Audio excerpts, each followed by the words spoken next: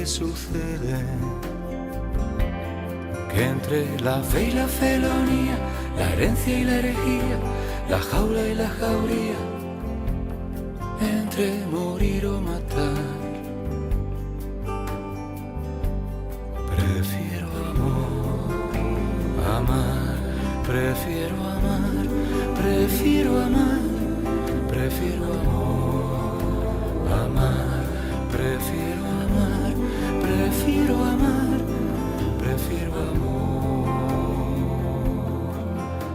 amar.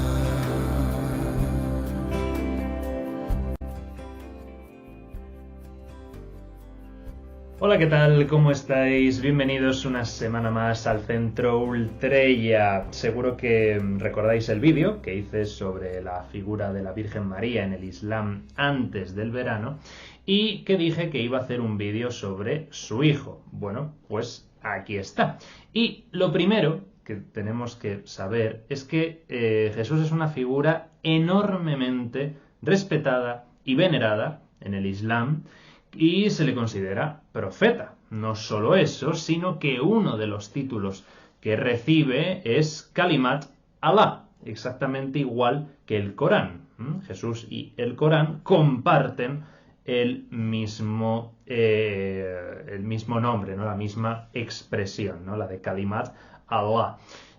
Volviendo a los equivalentes homeomórficos de Panikkar, Jesús y el Corán son equivalentes en sus respectivos sistemas. Cristo es palabra de Dios hecha carne en el cristianismo y el Corán es palabra de Dios hecha libro en el Islam. Y por ello ambos reciben ese mismo título, Kalimat Allah, palabra de Dios. Como con todos los profetas, los musulmanes tienen la costumbre de acompañar el nombre de Jesús con el saludo de respeto. Quiere esto decir que siempre que mencionan a Jesús o a cualquier otro profeta, siempre dicen paz sobre él o que la paz sea sobre él o esté con él. Y es que, de acuerdo con la perspectiva islámica, esos miles de enviados a todos los pueblos de todos los tiempos tienen en común la transmisión de un mismo mensaje. Recordemos lo que dice el Corán. Lo que se hizo descender a Ibrahim, es decir, Abraham, Ismael, Isaac, Jacob, Jacob, y a las tribus, en lo que fue dado a Musa, es decir, Moisés, e Isa, el propio Jesús, y en lo que fue dado a los profetas precedentes de tu sustentador. No hacemos distinciones entre ninguno de ellos y estamos sometidos a él. Por lo tanto, cualquier contradicción entre los profetas, el Islam la ve como una interferencia humana, ya que al ser expresado el mensaje en cada contexto de una manera distinta, condicionado por diversas circunstancias, se tergiversa o sufre cambios. El Corán exhorta a la conciencia universal de la revelación profética al decir, por ejemplo, en 42:13, instituyó para vosotros el camino de Nuh, o sea, Noé, lo que te revelamos a ti e Ibrahim, Musa e Isa, que lo establecierais firmemente y no os dividierais en él. O también en 33:7. Y cuando hicimos que los profetas aceptaran su compromiso, el tuyo, el de Nuh, el de Ibrahim, Musa e Isa, hijo de Maryam, les hicimos aceptar un compromiso firme. Isa, hijo de Maryam. Así es como el Corán se va a referir con más frecuencia a, irónicamente, Yeshua bar Yosef, es decir, Jesús, hijo de José. Y es que ya vimos en el vídeo dedicado a su madre que la figura de José no existe en el Corán. Pero el hecho de que el Islam asimile con total naturalidad el nacimiento virginal de Isa no quiere decir que eso le convierta en hijo de Dios ni en Dios. Esa es una de las grandes divergencias entre el cristianismo y el Islam, ¿no? La naturaleza divina de Jesús. Hay más, las iremos viendo, pero esa es la primera con la que nos encontramos al estudiar la figura de Jesús bajo la perspectiva islámica, ¿no? Isa no solo tuvo un nacimiento virginal, sino que no tuvo padre humano, pero eso no le otorga una naturaleza divina. De hecho, si ese criterio fuese válido, Adán tendría más motivos para ser llamado hijo de Dios, porque no tuvo ni padre ni madre. Pero la creación de ambos resulta una aya, ¿no? Un signo a cuya reflexión invita el Corán al decir que ciertamente Isha ante Allah es como Adán, lo creó de tierra y luego le dijo, sé y fue. pero Isa tiene algo más, y es que ha sido bendecido de forma especial por Allah. Volvamos al Corán y en 2:253 podemos leer lo siguiente. A algunos de esos enviados les hemos favorecido más que a otros. Entre ellos hubo algunos a los que Allah les ha hablado y a otros los ha elevado en grados. A Isa, hijo de Maryam, le dimos pruebas evidentes y lo reforzamos con el Ru al-Quds. Ese Ru, o Ru, que me disculpo por mi penosa pronunciación del árabe, pero Ru, como sabéis, comparte raíz con la Ruaj hebrea. Es lo mismo, es el espíritu. Quds, en cambio, significa algo así como insondable, santo, excelso, perfecto. Es bastante difícil de traducir correctamente, o al menos yo no he encontrado una traducción que termine de convencerme. De hecho, Al-Quds es el nombre árabe para Jerusalén, ni más ni menos, ¿no? Por lo tanto, ese Ruh al-Quds al que se refiere el Corán es el espíritu que viene del absoluto, lo que los cristianos entienden como el Espíritu Santo, y que en el Islam es Jibril, es el arcángel Gabriel. Por lo tanto, lo que aparece en este pasaje del Corán, en 2:253, es la interpretación islámica del episodio de la Anunciación contenido en el Evangelio según Lucas. Siempre, lógicamente, no el relato en sí, no el mitos en sí, sino la realidad, ¿no? Lo que le dice Gabriel a María en el Evangelio según Lucas es que el Espíritu Santo la cubrirá con su sombra, ¿no? Y en el Corán aparece eso plasmado, solamente que en el Islam ese Espíritu Santo es el propio Gabriel. Ahora bien, el autor detrás de Lucas, como los autores de Marcos y Mateo antes que él, presentan a Jesús como hijo de Dios. ¿El Corán hace lo mismo? Pues no. La naturaleza divina de Jesús es, como hemos dicho, la gran diferencia, ¿no? El gran punto de confrontación entre el cristianismo y el Islam. Seguramente por eso el Corán insiste tanto en llamarle Isa ibn Maryam, Jesús hijo de María, y tiene varias aleyas contundentes a este respecto. Por ejemplo, Y dicen, el Rahman, uno de los nombres de Dios, ha tomado un hijo. Ciertamente traéis una calamidad.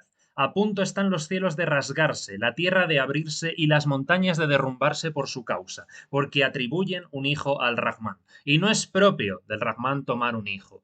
Todos los que están en los cielos y en la tierra no se presentan ante el Rahman, sino como siervos. el problema que tenía el Islam era que consideraba que si reconocía la divinidad de Jesús, la unidad divina quedaba rota. Por eso dice el Corán. Ciertamente el Mashi, el Mesías, hijo de Maryam, es un mensajero de Allah. Su palabra fue depositada en Maryam y un ruh, un espíritu, procedente de él, es decir, de Dios. Confiad pues en Allah y en su mensajero y no digáis tres. Es mejor para vosotros que desistáis. La verdad es que Allah es único. Claro, es muy interesante constatar cómo la noción de la Trinidad que llegó a oídos de Muhammad y que se condena en el Corán es producto de la predicación de algunas sectas mariolátricas y triteístas presentes en Arabia desde el siglo III y que habían resurgido con fuerza en el siglo VI como consecuencia del monofisismo.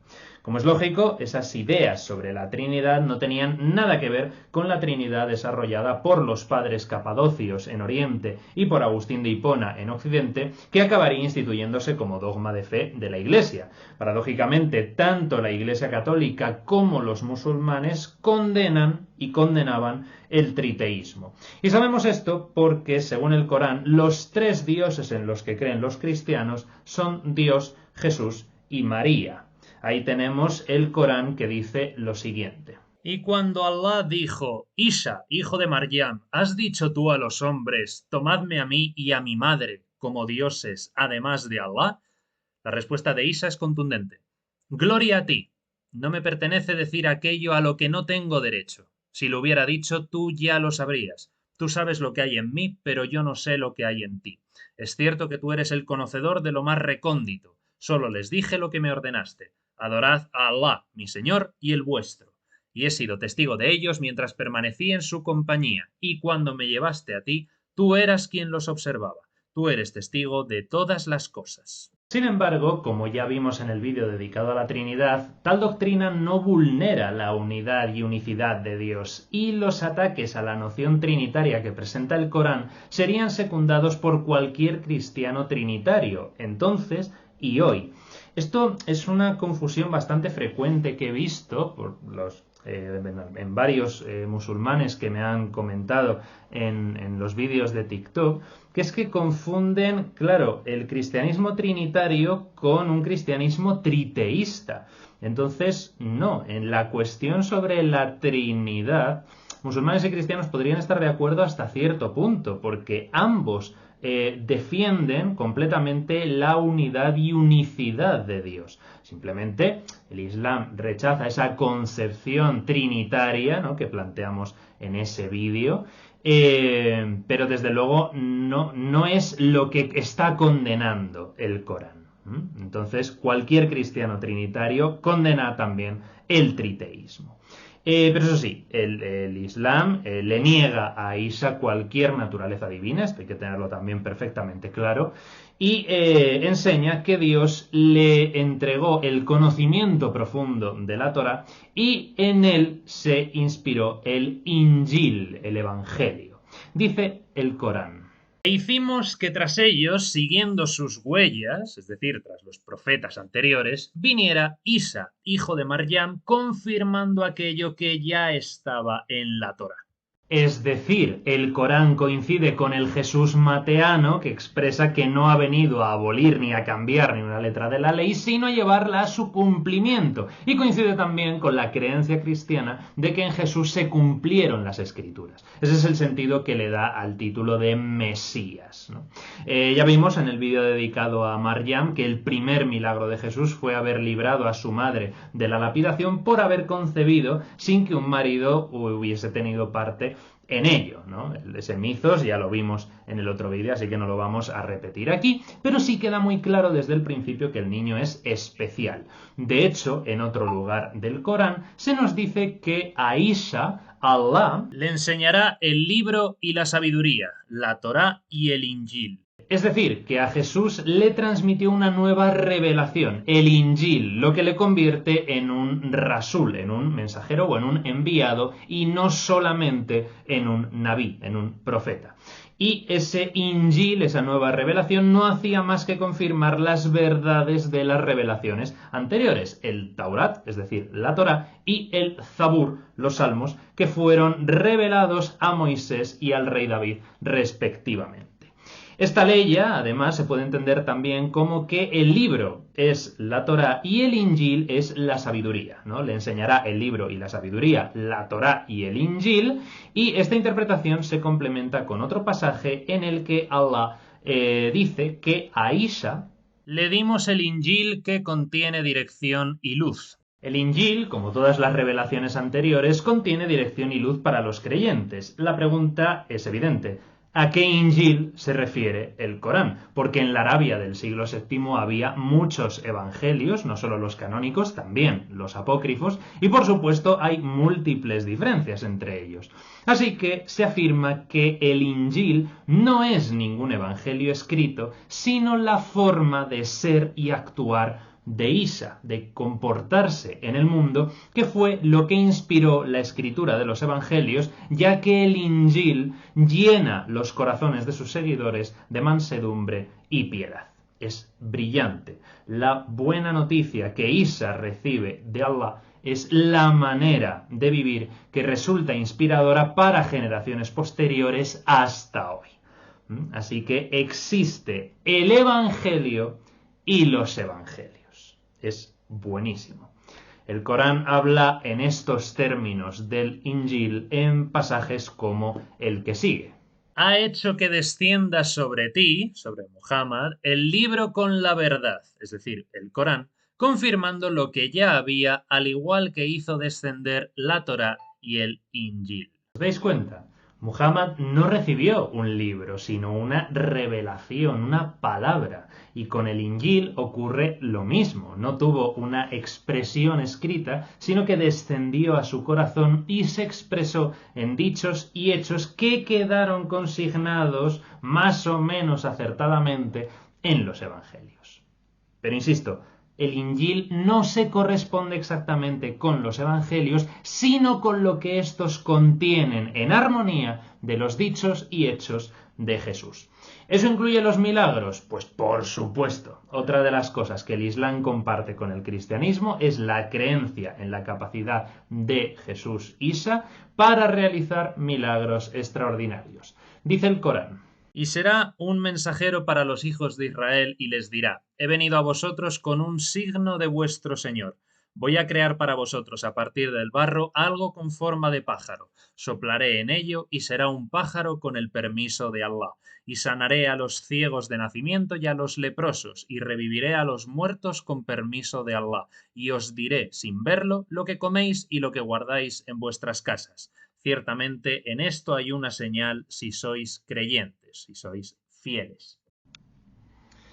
Notad que estos milagros tampoco le otorgan una naturaleza divina, ya que insiste una y otra vez en que cuanto hace, lo hace con permiso de Allah. Y es Allah quien le asciende a los cielos, tal como ya hemos leído en el Corán 5, 116, 117, ¿no? Cuando le pregunta Allah a Jesús si ha dicho a los hombres que le adoren a él y a su madre junto con Allah, con el propio Dios, y Jesús le responde, entre otras cosas, ¿no? Cuando me llevaste a ti, tú eras quien los observaba. No dice, yo serví de testigo mientras estuve con ellos, y cuando me llevaste a ti, tú eras quien los observaba, tú eres testigo de todas las cosas. Esa frase, cuando me llevaste a ti, se refiere a la asunción de Jesús, que el cristianismo ha pasado a considerar una ascensión, puesto que concibe que Jesús mismo se eleva por su propio poder a los cielos, mientras que, siguiendo el pensamiento judío de los primeros cristianos y el pensamiento islámico, no puramente semita, es Dios quien eleva a los cielos y por lo tanto es una asunción, como en el caso del cristianismo la propia María, ¿no? María tiene una asunción, mientras que en Jesús se habla de ascensión. En el caso de judaísmo e islam, con Enoc y el propio Jesús, ¿no? Pues son todas ellas asunciones, ¿no? Entonces, claro, este pasaje, ¿no?, de la asunción de Jesús es una doctrina que el Islam toma, lógicamente, del cristianismo, aunque con esa sutil diferencia, ¿no? En cambio, el Islam niega que Isa muriera en la cruz, dice el Corán. Y por haber dicho, nosotros matamos al ungido, hijo de Maryam, mensajero de Allah. Pero aunque así lo creyeron, no lo mataron ni lo crucificaron, y los que discrepan sobre él tienen dudas y no tienen ningún conocimiento de lo que pasó, solo siguen conjeturas. En otro pasaje dice, cuando dijo Allah, Isa, voy a llevarte y a elevarte hacia mí y voy a poner tu pureza a salvo de los que no creen. Hasta el día del levantamiento consideraré a los que te hayan seguido por encima de los que se hayan negado a creer. Luego volveréis a mí y juzgaré entre vosotros sobre aquello en lo que discrepabais. Junto con su divinidad, la negación de la crucifixión de Jesús es un asunto que separa no solo a los musulmanes de los cristianos, sino también de los historiadores del cristianismo. A excepción de las escuelas mitistas, la crucifixión de Jesús es uno de los aspectos en los que todos los investigadores del mundo están de acuerdo en que sucedió. Incluso las escasas fuentes extrabíblicas que dan testimonio de la existencia de Jesús contemplan en todo momento este punto. Irónicamente, es el casi único aspecto en el que están de acuerdo cristianos e historiadores aconfesionales, pero es en el que discrepa el Corán. ¿Por qué? Pues, como hemos comentado en otras ocasiones, esto se debe a la presencia de sectas cristianas de corte gnóstico, que por entonces prevalecían en Arabia y Abisinia, y que defendían posiciones próximas al docetismo. Puesto que los gnósticos renegaban del mundo material, era inconcebible que Dios se hubiese encarnado. Entonces el Islam también niega la encarnación, alegando que Isa fue un ser humano normal y corriente, aunque eso sí, bendecido con el Espíritu de Dios. Pero la doctrina de que no murió en la cruz ya existía desde el siglo II. La lógica de esta doctrina, y por lo tanto del Islam, es la siguiente: si Jesús no murió en la cruz, no redimió nuestra naturaleza caída, porque en realidad no hay nada que redimir, ¿no? Los gnósticos pensaban que el alma de los elegidos debía liberarse del cuerpo, mientras que en el Islam ese rechazo a la materia no existe. Pero claro, si ese es el caso, entonces Jesús no carga sobre sí con nuestros pecados, así que no hay que sentirse culpable de que Dios haya muerto por nosotros, ya que, como también dice el Corán en 35:18, nadie cargará con culpas ajenas, ¿no? Esta es la perspectiva islámica del fin de Jesús, que antes de que le crucificaran, Alá lo elevó a los cielos. El problema viene con la teoría de la sustitución. El traductor y erudito islámico libanés Mahmoud Ayoub, fallecido en 2021, que era profesor de estudios interreligiosos, escribió en 1992 un libro titulado El Corán y sus intérpretes, donde explica la cuestión de la teoría sustitucionista de la siguiente manera. Si la interpretación sustitucionista, Cristo fue reemplazado en la cruz, se toma como una lectura válida del texto coránico, surge la pregunta de si esta idea se representa en las fuentes cristianas. Según Ireneo, en Contra las herejías, el egipcio cristiano gnóstico Basílides, en el siglo II, sostuvo la opinión de que Cristo, el nous divino, la inteligencia, no fue crucificado, sino que fue reemplazado por Simón de Cirene. Sin embargo, tanto Clemente de Alejandría como Hipólito negaron que Basílides sostuviera esta opinión, pero la idea sustitutiva en forma general se expresa claramente en los documentos gnósticos de Nag Hammadi, el Apocalipsis de Pedro y el segundo tratado del Gran Set. Históricamente y desde la perspectiva cristiana, Jesús murió en la cruz. Desde las perspectivas cristiana e islámica, Jesús Isa regresará en un futuro. La tradición islámica tiene numerosos relatos sobre la venida de Jesús como aviso de la llegada del fin de los tiempos. El Corán dice que: y es cierto que él es un conocimiento de la hora, así pues no dudéis de ella y seguid el camino recto. Sobre el fin de los tiempos, en la perspectiva islámica, el profesor Abdelmumin Aya lo resume así en lo que atañe a la figura de Isa, ¿no? Dice que Isa descenderá sobre la tierra y matará al Dajjal, el anticristo o el falso Mesías.